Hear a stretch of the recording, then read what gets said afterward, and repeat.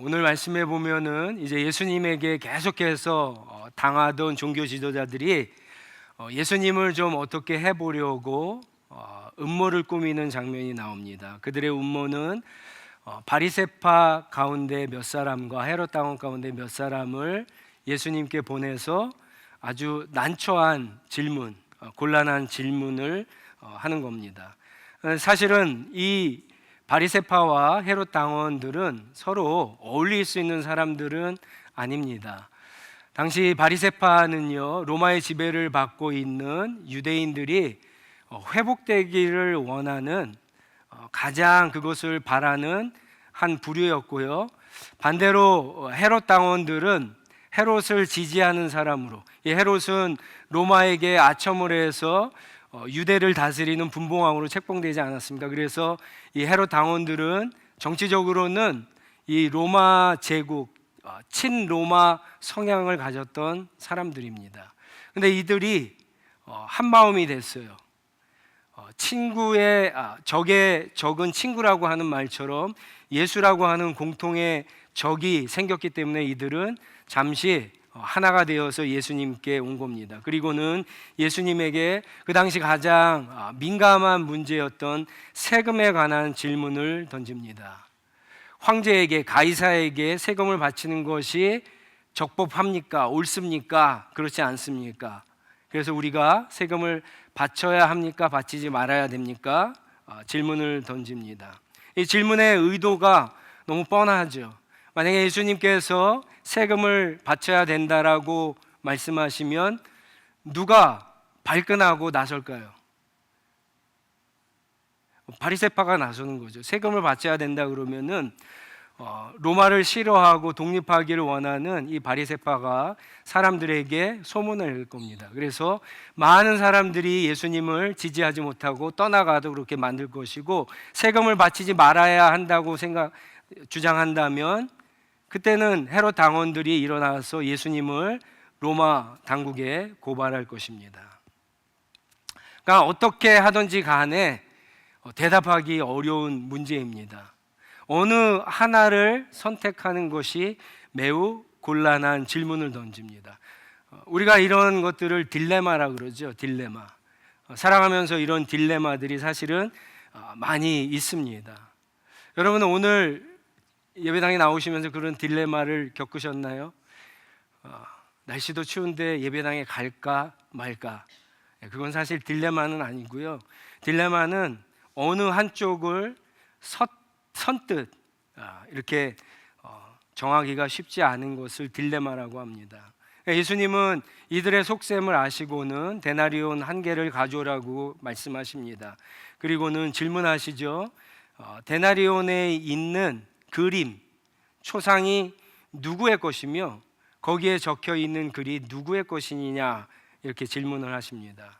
이 데나리온은 당시 로마에서 발행하는 공식적인 화폐입니다. 그리고 이 화폐를 많은 정복을 당한 나라에서 로마에 세금을 낼 때 이 데나리온으로 냈는데, 이 데나리온에는 오늘날의 동전도 그렇지만 그 당시에 로마의 황제들의 얼굴이 새겨져 있습니다. 초상들이 그려져 있어요. 그리고 황제 옆에는, 그 동전 옆에는 로마의 황제는 신이며 하나님이며 로마의 황제는 혹은 하나님의 아들이다, 신의 아들이다라고 하는 글귀가 써 있습니다. 그러니까는 바리새인들은 굉장히 싫어하죠. 이걸 싫어할 수밖에 없습니다. 얼마 전에도 예수님께서 성전에 들어가서 재물을 파는 사람들, 그리고 성전에서 드리는 헌금을 바꿔주는 장사꾼들을 쫓아내신 적이 있었는데, 바리새인들, 아주 경건한 유대인들은요, 절대로 로마의 황제가 새겨진 이 동전을 하나님 앞에 헌금할 수 없었어요. 그래서 그것을 바꾸는 겁니다. 구약 성경에는 하나님께 예물을 드릴 때, 성전에 세를 낼 때는 세겔로 드리라고 했죠. 그 세겔에 있는 것처럼 아무 그림도 없이 된 동전을 사용해서 하나님 앞에 드리도록 되어 있습니다. 심지어 경건한 유대인들은요, 그래서 데나리온조차도 가지고 다니지 않았습니다. 그것을 소유한다는 것 자체가 하나님 앞에 불경한 것이라고 생각했기 때문입니다. 자, 그런데 그것을 가져오라고 해서 예수님께서 거기에 어떤 초상, 어떤 형상이 있으며 그것이 누구의 것이며 적힌 글이 누구의 것이냐라고 질문을 합니다. 당연히 황제의 얼굴이 그려져 있기 때문에, 초상이 그려져 있기 때문에 이들은 가이사 것이라고 그렇게 대답을 합니다. 황제의 것이라고 대답합니다. 그러자 예수님께서 황제의 것은 황제에게, 가이사의 것은 가이사에게 돌려주고 하나님의 것은 하나님께 돌려드리라라고 말씀을 합니다. 그러자 이제 17절에 이들이 모두 이제 경탄을 하죠. 이 경탄을 했다라고 하는 것은 반박할 수 없는, 어떤 말할 수 있는 말문이 막힐 정도로 그렇게 놀랐다라고 하는 뜻입니다. 그러니까 이들이 생각했던 질문, 대답, 혹은 이들이 마음속에 품었던 그 예수님께서 그것을 중심을 꿰뚫어 보시고 대답하셨다라고 하는 거죠. 자, 예수님의 대답을 이제 살펴보시면, 여러분, 이 대답은 어느 한쪽이 맞다라고 지금 대답하신 것은 아니에요. 가이사의 것은 가이사에게, 하나님의 것은 하나님께 돌려드려라. 그러니까 어느 한쪽이 맞다라고 대답한 것은 아닙니다. 그렇다고 종교적인 관점에서 지금 예수님을 책잡으려고 하는 바리새파의 의도, 그리고 정치적인 입장에서 예수님을 책잡으려고 했던 헤롯 당원의 의도 중에 어느 하나가 맞다라고 하는 것도 아닙니다. 그 두 가지가 서로 다르니까 서로 간섭해서는 안 된다라고 하는 얘기도 아니에요. 종교와 정치가 분리되어야 한다는 말을 하신 것도 아닙니다. 그렇다고 양쪽이 다 틀렸다, 이 말은 더더욱 아닙니다. 그렇다고 예수님께서 뭐 특이한 어떤 새로운 대답, 정답을 제시한 것도 아닙니다. 굉장히 특이합니다, 예수님의 대답이. 예수님은 늘 대답하시고 가르치실 때 우리의 생각을 뛰어넘이 아주 깊은 의미를 담고 우리에게 하시는 것이 뭐 거의 전부죠. 오늘 말씀도 여기에 아주 깊은 의미가 숨어져 있습니다. 그 뒤에 대답을 이제 한번 보시면, 보세요. 황제의 것은 황제에게, 세금을 내라는 거예요, 내지 말라는 거예요? 내라는 거죠. 그런데 그 다음 대답이 아주 중요하죠. 하나님의 것은 하나님께 돌려드려라. 여러분, 예수님이 왜 황제의 것은 황제에게 드리라 그랬습니까? 동전을 보고 물어보셨죠. 먼저 동전에 누구의 초상이 있느냐, 누구의 글귀가 있느냐. 가이사의 글귀가 있으니까 그러면 가이사에게 드려라, 가이사에게 돌려주라고 얘기하신 거예요. 그런데 거기에서 끝나면 괜찮은데 하나님의 것은 하나님에게 드려라고 지금 바리새인과 헤롯 당원들, 이 유대인들에게 말씀하시는 거예요. 자, 그러면 하나님의 것이 뭘까요? 지금 예수님이 하나님의 것은 하나님에게 드리라고 했는데 하나님의 것은 과연 이 본문 안에서 뭘까요? 바로 바리새인들과 헤롯 당원들을 얘기하는 거예요. 다른 말로 얘기하면 예수님은 지금 이들에게, 그러면 너희에게는 어떤 그림이 있느냐, 어떤 초상이 있느냐, 어떤 형상이 있느냐, 너희 마음에는 어떤 글귀가 있느냐, 그러면 하나님께 돌려드리라고 얘기하시는 거예요. 사실 여기에 말하는 하나님의 초상이라고 하는 이 에이콘이라고 하는 이 헬라어 단어가 사실은 창세기 1장 26절에 하나님이 인간을 창조하실 때 하나님의 형상이라고 하는 단어와 똑같은 단어입니다. 히브리어를 헬라어로 번역한 70인역에는 그래서 이 똑같은 단어를 갖다가 여기에 사용하고 있습니다. 너희 안에 하나님의 형상이 있느냐, 그것이 회복되었느냐, 그러면 너희의 삶을, 너희의 인생을, 너희의 영혼을 하나님 앞에 드리라 라고 하는 의미입니다. 예수님께서 사실은 이 바리새인들과 헬라인, 이 헤롯 당원들뿐만 아니라 우리의 삶을 보실 때 가장 드리기를 원하시는 게 뭘까요? 오늘도 우리가 하나님 앞에 예배를 드렸습니다. 하나님 앞에 찬양을 드렸어요. 기도를 드렸어요. 또 헌금을 드렸습니다. 그런데 정말 하나님께서 우리가 하나님에게 드리기를 원하는 것이 무엇일까요? 그것은 우리 자신이죠. 우리가 아무리 하나님을 몇 시간 찬양하고 몇 시간 기도하고 우리의 재산의 정말 많은 부분들을 드린다고 할지라도 우리의 삶을 하나님 앞에 드리지 않으면 아무 소용이 없는 거예요. 아마 바리새인들은요, 율법을 가르치면서 자신들은 하나님 앞에 드리는 삶을 드린다라고 생각할지 모르겠습니다. 헤롯 당원들은요, 로마에 접근을 해서 친로마적인 성격을 가지고 있었지만 이들의 궁극적인 목적은 이스라엘을 독립하는 거였어요. 이들이 하나님 앞에 그렇게 독립한 삶을 살면서 하나님 앞에 드리는 인생이라고 생각했을지 모르겠습니다. 그런데 예수님께서는 그들의 마음을 꿰뚫어 보셨죠. 너희의 삶을 드려라. 너희 안에 하나님의 형상이 회복되었다면, 너희가 정말 동전 안에 있는 것처럼 가이사가 신의 아들, 하나님의 아들이라고 그렇게 글귀가 써있기 때문에 가이사에게 드린다고 한다면, 너희 안에 하나님의 형상이 회복되어 있고 너희 안에 예수가 하나님의 아들인 것을 믿는다면, 그 글귀가 있다면, 그 믿음이 있다면 하나님 앞에 드리라고 하는 말씀입니다.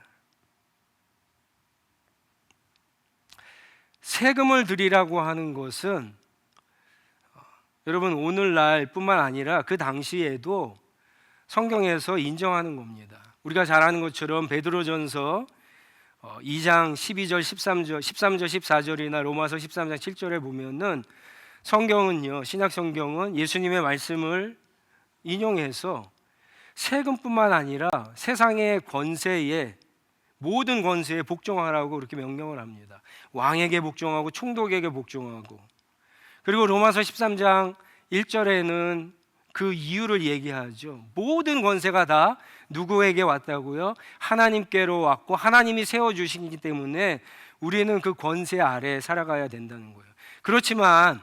그렇지만 로마의 황제가 하나님은 아니에요.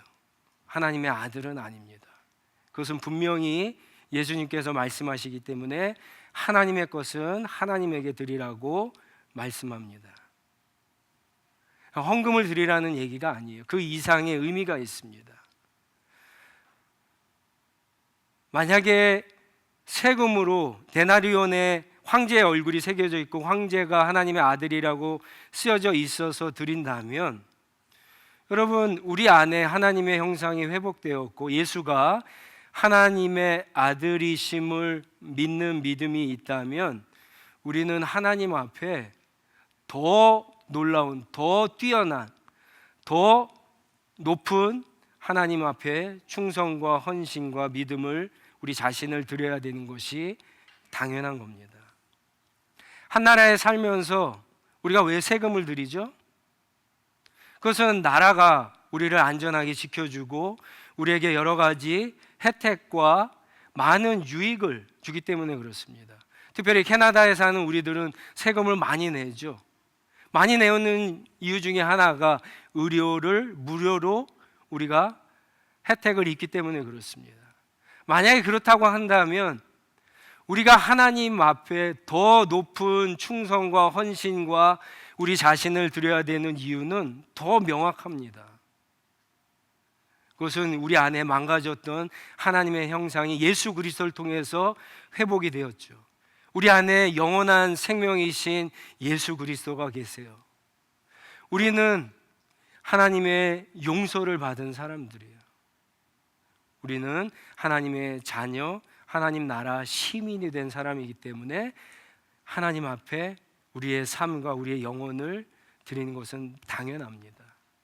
아무리 세상이 세금을 뺏어가고 우리의 돈을 뺏어가고 우리의 모든 것을 뺏어간다 할지라도 우리는 우리의 삶과 우리의 영혼을 세상에 주어서는 뺏겨서는 안 되는 거죠. 하나님의 것이기 때문에. 이 바리새인들과 헤롯 당원들은요, 그것을 뺏기며 살았던 사람들입니다. 자, 근데 문제는 이겁니다. 그러면 무엇이 가이사 세상의 것이고 무엇이 하나님의 것일까라고 하는 거죠. 여러분들 생각에는 무엇이 가이사 세상의 것이고 무엇이 하나님의 것입니까? 사실 우리가 지금 하나님을 믿으면서 이 세상에 살아가면서 늘 고민하는 문제, 딜레마에 빠지는 문제들이 이런 겁니다. 예수님은 사실 오늘 본문 말씀에서 무엇이 하나님의 것이고 무엇이 가이사의 것이다라고 명확하게 말씀하지 않습니다. 정답을 얘기하지 않으세요. 그런데 여러분 17절 말씀을 잘 읽어보세요. 황제의 것은 황제에게 돌려주고 하나님의 것은 하나님에게 돌려드려라. 이 질문과 그 전에 나와 있는 무엇이 거기에 쓰여 있느냐, 무엇이 어떤 초상이 데나리온에 그려져 있느냐, 이것을 질문하신 것을 볼 때 예수님은요 오히려 정답을 주시기보다는 우리가 올바른 결정을 하기 위해서 어떠한 것들을 생각해야 하는지를 지금 말씀해 주십니다. 내 중심에 하나님의 형상이 회복되었는가? 예수 그리스도가 하나님의 아들, 내 삶의 주인이 되었는가? 그것을 지금 이야기하시는 겁니다. 여러분, 이것은 굉장히 중요한 우리에게 인사이트를 줍니다. 사실 오늘 우리가 이 세상을 살아가면서 수많은 딜레마에 빠져 살아갑니다. 잘 결정해야 되면 좋겠는데 그렇게 결정하지 못합니다. 아무리 성경을 읽어도 우리가 겪는 딜레마에 대한 정답을 성경에서 이야기해 주지 않습니다. 그렇기 때문에 더 괴롭고요. 어떤 이단들이 정확하게 얘기해 주죠. 그래서 이단에 기웃기웃 거리는 경우도 있습니다. 그런데 성경은요, 어떤 답을 이야기해 주지 않습니다. 오히려 그것이 더 맞는다고 생각을 해요. 만약에 한번 이렇게 생각을 해보세요. 우리가 시험 문제를 푸는데 만약에 정답만 가르쳐주고 선생님이 외운다고 생각을 해보세요. 그래서 그 문제가 만약에 나왔다고 한다면 우리 다 정답을 쓸 수 있을 거예요. 그렇지만 그것이 우리의 실력일까요? 그렇지는 않습니다. 우리가 살아가면서 부딪히는 문제들이 얼마나 많은 딜레마들이 있는데 성경에 그 딜레마에 대한 정답들을 다 있다고 한다면 그것만 달달달 외워갖고 그때마다 그렇게 하기도 어렵겠지만 그렇게 한다고 해서 우리의 수준, 우리의 성품, 우리의 믿음이 그게 되냐라고 하는 거예요. 그렇지 않다는 거예요. 오히려 예수님은요, 오늘 이 말씀을 통해서 우리가 올바른 결정을 하기 위해서 어떤 것들을 고려해야 되는지 생각하는지를 우리에게 제시해 줍니다. 사실 성경을 읽어보면 그런 내용들이 훨씬 더 많이 있습니다. 여러분, 오늘날 우리가 겪는 딜레마가 굉장히 많잖아요. 예를 들어서 지금 지구 반대편에서 전쟁이 일어났어요. 저는 한국에서 국방의 의무를 다하고 왔지만 여러분, 성경이 전쟁을 하는 거에 대해서 반대를 하지만 나라는요 국방의 의무를 지라고 얘기를 합니다. 그러면 우리 그리스도인들은 국방의 의무를 져야 됩니까? 져지 말아야 됩니까? 여러분들이 내는 세금으로 사람을 죽이는 무기를 사고 그것을 만들고 비축한다 그러면 세금을 내야 됩니까? 내지 말아야 됩니까? 요즘에 동성애 문제가 한국은 심각하죠. 여기도 마찬가지인데 동성애 문제도 딜레마죠. 기후 문제도 딜레마고요. 낙태 문제도 딜레마고 결혼 문제도 딜레마입니다. 결혼하지 않아 애를 낳지 않습니다. 딜레마예요. 이게 정답이다라고 얘기하기 어려운 부분들이에요.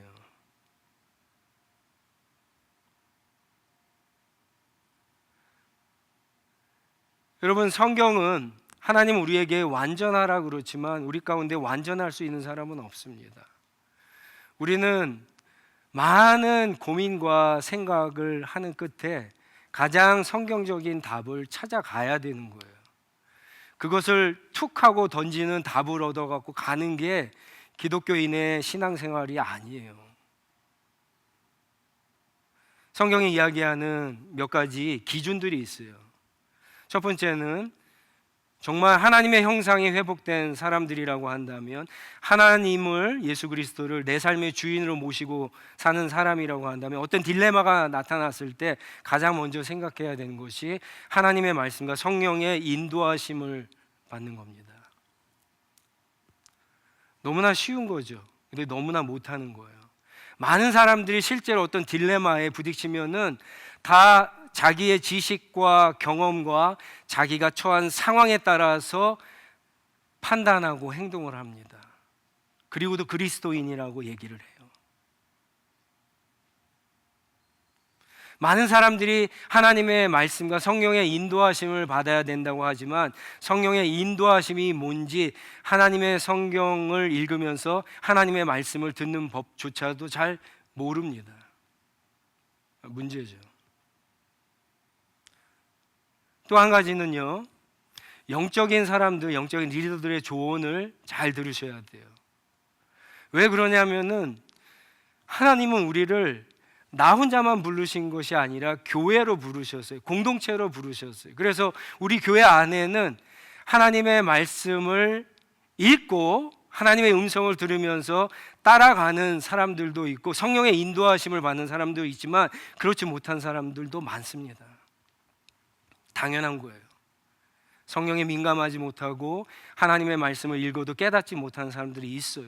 그랬을 때 여러분, 교회가 어떻게 이 세상에서 하나님의 뜻을 따라서 갈 수 있을 거예요. 그것은 하나님이 세워주신 영적인 사람들, 리더들의 조언을 통해서 그런 거예요. 이 원리를 잘 활용하셔야 돼요. 세 번째 원리는 어떤 딜레마에 빠졌을 때 이렇게 기억하셔야 돼요. 성숙한 그리스도인들은 믿음이 없는 사람들에 대한 책임이 있다는 사실을 잊어서는 안 됩니다. 굉장히 중요합니다. 교회 바깥에 있는 사람들 얘기하지 않고 교회 안에 있는 사람들만 한번 이야기해 보죠. 여러분, 교회 안에 있는, 우리 교회는 그렇지 않지만 교회 안에 있는 사람들 가운데 여러분, 이제는 많이들 아시지만 복음을 듣지 못하고 복음에 대해서 뭔지 모르는 사람들이 많이 있습니다. 근데 함께 신앙생활하면서 그들이 성경적인 기준대로 살지 못한다고, 성경이 얘기하는 어떤 도덕과 윤리적인 삶을 살지 못한다고 해서 여러분, 비난을 하면 됩니까? 안 됩니까? 정죄를 하면 됩니까? 안 됩니까? 안 되는 거예요. 왜 안 되는지 아세요? 그들은 하나님의 성령이 없는 사람들이에요.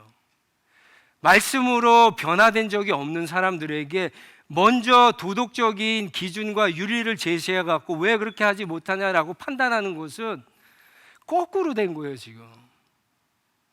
그래서 교회는 어느 사람들이나 와야 되는 거예요. 누구나 와갖고 하나님의 복음을 듣고 변화될 수 있는 그런 장소가 되어야 되는 거예요. 그렇다고 아무 말도 하지 말라는 거 아닙니다. 당연히 믿는 사람들이, 하나님의 형상이 있는 사람들이 잘못을 했을 때 예수님이 말씀하신 것처럼 두세 사람이 가서 그 사람의 잘못을 지적해주고 돌이킬 수 있도록 하는 것도 필요합니다.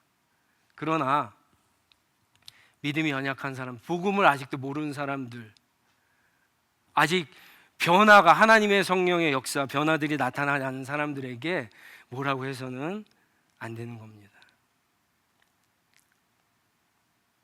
마지막으로 사랑이 기준이죠.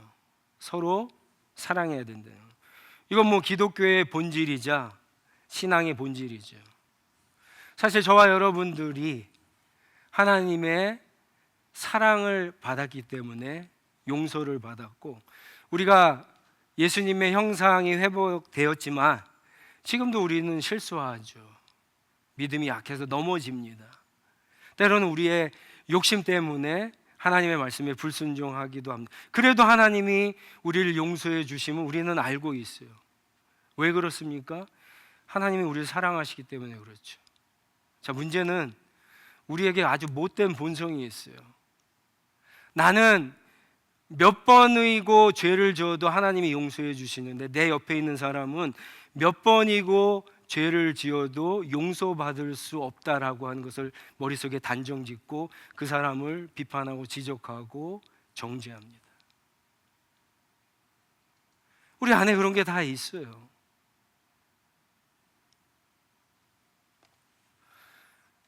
특별히 오늘날 교회가 어떤 이슈가 되는 문제 때문에 그것을 처리하는 것을 여러분 한번 잘 봐보세요. 우리는 분명히 죄와 죄인을 구분해야 되는 것을 알지만, 많은 사람들이, 많은 크리스찬들이, 많은 교회가 죄인을 혐오합니다. 죄를 미워하고 혐오하는 게 아니라 죄인을 혐오합니다. 미워합니다. 이것은 교회의 모습이 아니에요.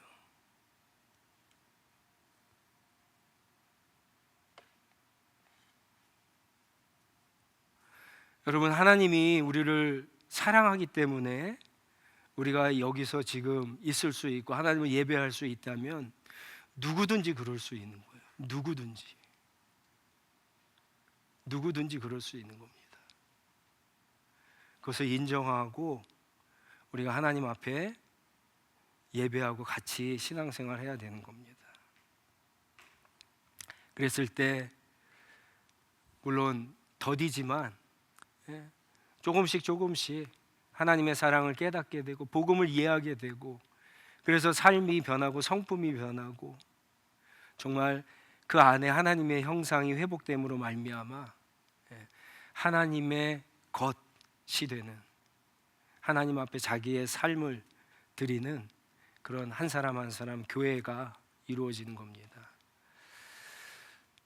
우리 하늘시학교회가 그런 교회가 되기를 간절히 소망합니다. 누구나 와서 마음껏 복음을 듣고 하나님의 형상이 회복되는 교회, 그래서 자신의 삶을 기쁘게 하나님 앞에 드릴 수 있는 교회, 자신의 소유 중에 얼마를 드렸기 때문에 나는 더 이상의 의무와 책임이 없다라고 얘기하지 않고 자신의 삶을 전부 드려도 늘 하나님 앞에 죄송하고 부족하고, 그래서 하나님의 은혜로 인해서 움직여지고 자신의 삶과 영혼을 드릴 수 있는 그런 교회가 되기를 주님의 이름으로 축원합니다. 같이 기도하겠습니다. 이 자리에 있어 일어나셔서 우리 하나님 앞에 들은 말씀 가지고 결단했으면 좋겠습니다. 여러분, 우리가 사는 세상에서 그런 얘기 많이 하시죠? 내가 무슨 얘기를 하면 저 사람은 너무 진보적이야, 저 사람은 너무 보수적이야. 조그만 정치 얘기를 하면은 저 사람 알고 보니까 좌파네, 저 사람 우파네. 그리스도인들에게 그런 게 어디 있어요? 그리스도인들에게는 성경적인 것만 있는 거예요. 하나님이 중심에 있느냐, 예수 그리스도가 내 삶의 주인이냐 없느냐, 여러분 그것만 있는 겁니다. 우리 안에 하나님의 형상이 회복되지 않았기 때문에 자꾸 이런 소리 하는 거예요. 이 시간 기도할 때 내 안에 하나님의 형상이 온전히 회복되어서 예수가 하나님이시고 하나님의 아들이심을 인정하고 그분 중심의 삶을 살게 해달라고 그렇게 한번 기도했으면 좋겠고요. 또 하나는 교회를 위해서 기도할 때 우리 교회가 하나님 보시기에 아직도 연약하고 부족한 것이 있지만 어느 누구나 와서 복음을 듣고 하나님의 형상이 회복되는 그런 교회가 되게 해달라고 그렇게 기도했으면 좋겠습니다. 우리가 아까 부른 찬양에 보니까 예수를 통해서 하나님 앞에 나오는 사람들은 하나님이 다 회복시켜 주신다 그랬잖아요. 그렇게 회복되는 역사, 그런 역사가 우리 교회에 나타나게 해달라고 한번 합심해서 같이 기도하도록 하겠습니다. 기도하겠습니다.